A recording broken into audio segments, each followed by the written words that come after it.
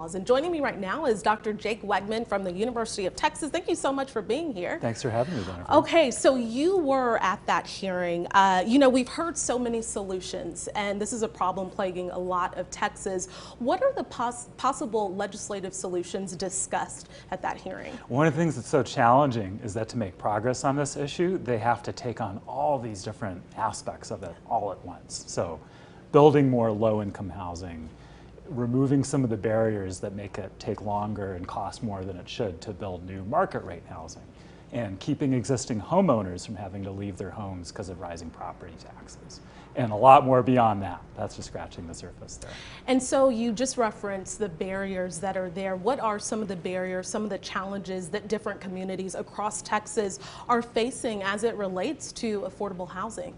Well, a lot of cities, most cities I would say, very much including Austin, make it really difficult to build the cheapest forms of housing, including apartments.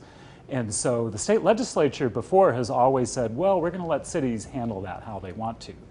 But we're getting to the point where these costs are rising to the point where the legislature is thinking of, going further than they have in the past.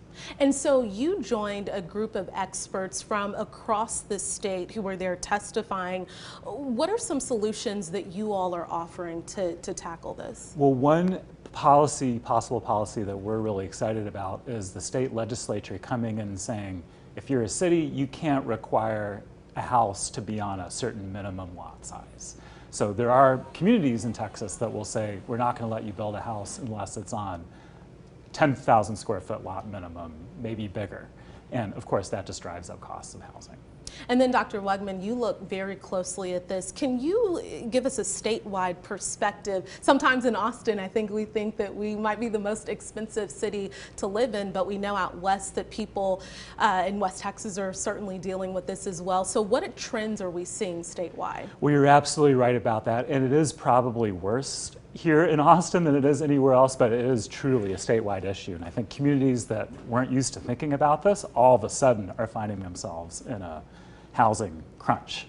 And even a place like Houston that had always prided itself on being a place where it was easy to build and where it was relatively cheap for anyone to move there and get reasonable housing, now they find themselves worried about it as well. In fact, the director of Harris County's housing department was there testifying.